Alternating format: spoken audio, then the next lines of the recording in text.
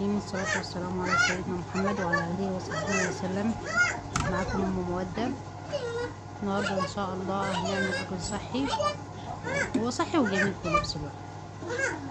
يعني احنا هنا بنقشر بطاطس عشان نسلقها ونعمل سلطة بطاطس. نحطها على النار تتسلق. طبعا احنا حاطين شوية ملح. هنا هنعمل برضو أكل صحي وجميل. هنا هنعمل سلطة طحينة. جبت كيسين طحينة بفكهم كده بشوية مية سخنة. كيسين طحينة بنشتريهم عادي من البقال. هنعمل سلطة طحينة إن شاء الله تطلع جميلة أوي، يعني تطلع زي بتاعة المطاعم وأحلى كمان. بكيسين طحينة، كيسين صغيرين اللي بنجيبهم من عند البقال. حطيت كيسين الطحينة بعد ما فكيتهم بالمية. هنا بقى كان عندي رغيف برضو كنت نقعاه، او اي لبة عيش فينو، يعني مثلا معلقتين دقيق. يعني حطينا الطحينة وحطينا معلقتين دقيق وحطينا لباية عيش، او عندك رغيف فينو يعني تنقعيها بشوية مية. حطيت شوية خل، شوية ملح وكمون، شوية مية طبعا. هنضربها في الكبة. اللهم صل عليك يا سيدنا النبي.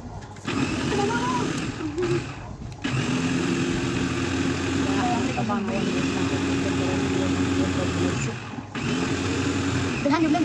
اللي يعني كده احنا حاطين البطاطس على النار تتسلق، وهنا بنجهز سلطة البطاطس. لا، بنجهز سلطة الطحينة. اللهم صل وبارك على سيدنا محمد وعلى آله وصحبه وسلم. هنا حطينا الطحينة. الطحينة بقى بنحطها في التلاجة عشان القوام بتاعها يتظبط يعني. فدايما بعملها واحد. عندنا كبدة هنا انا بنقطعها شرايح. انا مقطعاها بانيه اصلا من عند الراجل، عند الجزار يعني. قلت له طلبها منه بانيه. انا كنت بحطها في الردة يعني،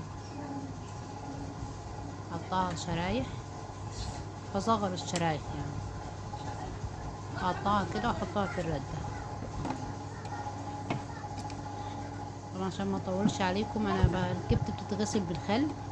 هنا كانت اتغسلت وبعدين صفيتها. عندي خل وتوم كان باقي من الكشري، كنا صورناه برضو مع بعض يعني، موجودين عندي في التلاجة، فحطيت منهم خل وتوم وملح وكمون. بهارات يعني لو عندك بابريكا، عندك بهارات كبدة، بس هو الأساسي ملح فلفل وبهارات وخل وتوم وعصرة ليمون. أنا زي بقول لكم إن الأكل النهاردة كله إن شاء الله يكون أكل صحي، أكل صحي وجميل. هنا حمرنا مكرونة برضو، حمرناها وشوية شوربة جميلة قوي، مفيهاش أي يعني مفيهاش بقى التسبيكة كده. الحمد لله الأكل جاهز معانا. إن شاء الله يكون يا رب تجربوه يعجبكم. كبدة مشوية ومكرونة بالشوربة، ودي سلطة البطاطس كانت جميلة أوي، عليها فلفل ملح وكمون وشوية توم.